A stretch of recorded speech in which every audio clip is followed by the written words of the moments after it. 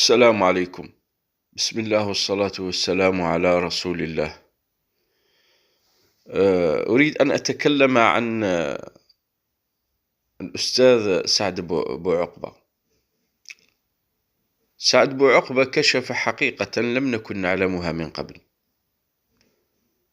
ألا وهي أن النشيد الوطني لا زال رهينة عند الاستعمار الفرنسي. يعني إحنا مستقلين، ورغم أن سيادتنا كل هذه السنوات كانت مرهونة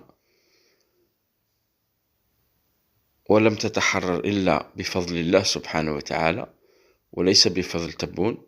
لخاطش نتوما كون تعرفوا الحقيقة كيفاش الجزائر اليوم راهي تتحرر من التبعية الفرنسية، ماهوش تبون. هذه أكبر كذبة رانا نعيشوا فيها، والحقيقة يعلمها الله سبحانه وتعالى، وسنعلمها يوم القيامة عندما تكشف الحقائق.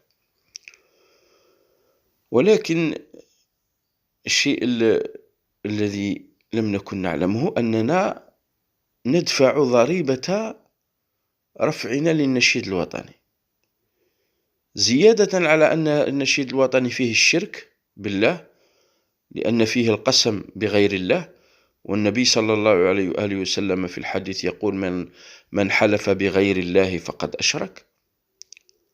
زيادة على هذا الشرك نحن ندفع ضريبة رفعنا للنشيد الوطني.